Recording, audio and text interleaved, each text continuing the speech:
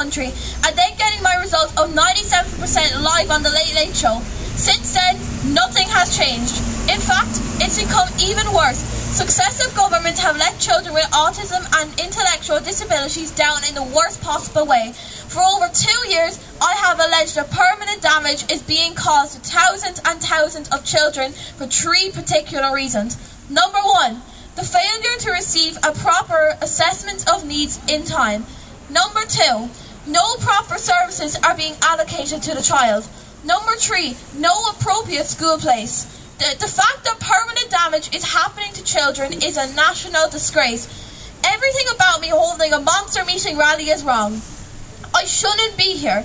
I should be in school, in class, being a normal 14-year-old. Instead, I'm standing up for kids who cannot fight back, all because our political system treats kids with disabilities disgracefully. The government is aware that permanent damage is being caused to children, but they do not treat that with urgency. I am calling that out big time today. So many children's childhoods have been stolen because of government inaction. My 2 brothers, Neil and John, who have autism and severe intellectual disabilities, weren't properly assessed, don't get proper services, and are in the wrong school for their disability. For our family, when you're dealing with the HSE and state services, you are treated as an enemy of the state. Our story is most people's story. To me, this is a very simple issue to solve. The problem here is the ideology. No politician is treating this as a national crisis or like the house is on fire. There is simply no immediate urgency being shown. I'm sorry, but I'm going to be very blunt on this one. We must stop the pain and suffering of the children right now. The permanent damage caused to children must end right now. And all politicians must demand urgency on this issue right now. Here are some examples of what I am talking about when it comes to ideology. Many years ago, when the Titanic unfortunately went down, children were saved first. If 10 adults are waiting in a doctor's surgery and a very sick child enters, the child will be allowed in first. When securing a child in a car seat, the child will be secured first. So where did the government, politician or HSE manager get it into their head that it was acceptable to place children second, third or 100th on the priority list? I am now calling on the full resources of the state to be made available to tackle this national crisis right now. Every time that I sit with a politician or party leader, it always ends the same. Loads of talk, but no real action. President Barack Obama once said, when criticizing the bureaucrats around him, that most were brilliant at describing problems and amazing at pointing out what cannot be done, but had no ability to solve problems and just get things done. In my opinion, that is how you can exactly describe those people who are in charge of disability in this country. I have formed the opinion that the government and the HSE are stuck in a state of paralysis. If they see it like a cracked plate on your kitchen table, that if they so much as touch it, then it will break. Well, I've got news for them. The plate, in other words, our present disability system, is totally smashed already, so you don't have to worry about doing further damage, as I don't think that things could get any worse than what they are right now. So I won't be doing today what the government normally does. Talk and talk about the problems. But then at the end of the day, nothing happens to fix things. But the big question will be, what is Cara going to do in the immediate future about all of this? To be clear, I cannot control what the government or any politician does, but what I can control is what I do.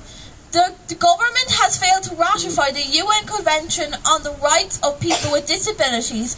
I used to say that this is a national disgrace, but it's actually much worse. It's an international embarrassment. Any reasonable person would be absolutely mortified to have a conversation with someone abroad about how our country treats people with disabilities. About this issue, our government is a total and utter embarrassment and should hang its head in shame. The Taoiseach has said that he wants Ireland to be the best country in Europe in which to be a child, an ambition that I definitely welcome. But I have news for him. Right now, when it comes to children with disabilities, you're leading a country that is the worst in Europe, bar none.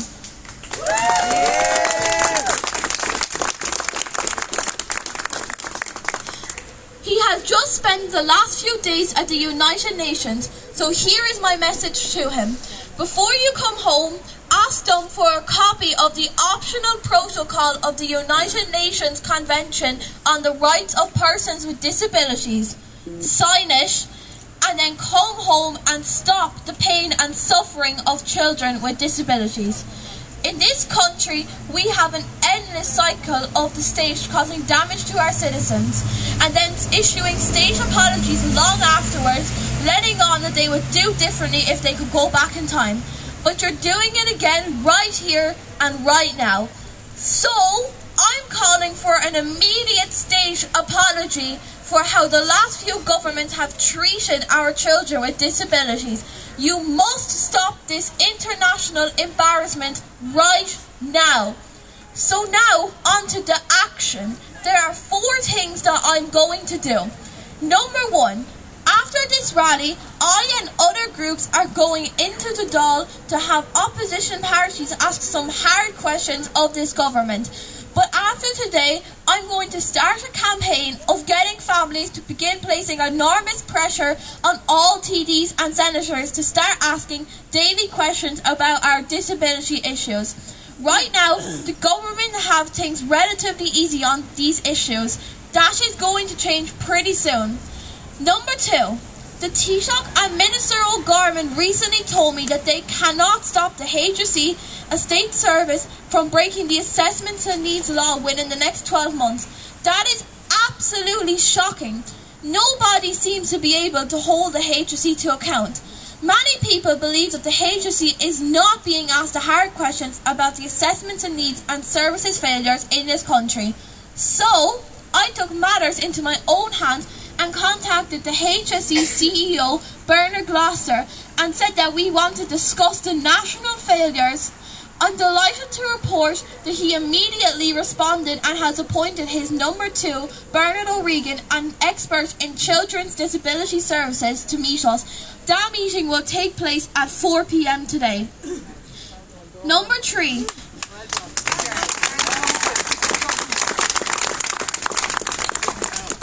Number 3, every Wednesday from next week from 12 p.m. to 2 p.m, I am going to sit and protest right outside the front of Leinster House in the hail, rain, wind and snow until politicians finally wake up and treat our disabled children like equal citizens and finally show the type of urgency required to place this international embarrassment at the top of the agenda. I will be calling my days of protest Disability Days at the Dáil and will be encouraging people from all around the country to come and join me. I will continue to run the most positive, inspiring and determined campaign that this country has ever seen by smiling, engaging, playing my sports and even studying. Number 4. Up to this point, the government has had it good in that it hasn't suffered international embarrassment from their disgraceful treatment of children with disabilities. I will no longer keep my message in this country and will now seek to bring attention to what's happening here to both the European Parliament and to the United Nations in the exact same way that Greta Thunberg did. In my opinion, only when international and reputational damage is potentially caused will their minds suddenly focus on this issue. While I have the greatest of respect for the government and the Constitution, and I have enjoyed being with every single politician that I have met, the time has come for them to show the same respect to citizens of our country who are disabled. I will no longer remain silent, either nationally or internationally, on these issues and will continue doing that until change comes. Now let's get this done. Thank you all so much for listening. Thank you, Cara. Thank you. Well, the line has well and truly been drawn in the sand. But well done, Cara. Well done. Fantastic. But Cara said to me this morning coming up on the train, and it's very, very simple. This isn't going to be solved overnight, and she's well aware she'll have to do this until, and that's what she's going to do. And she's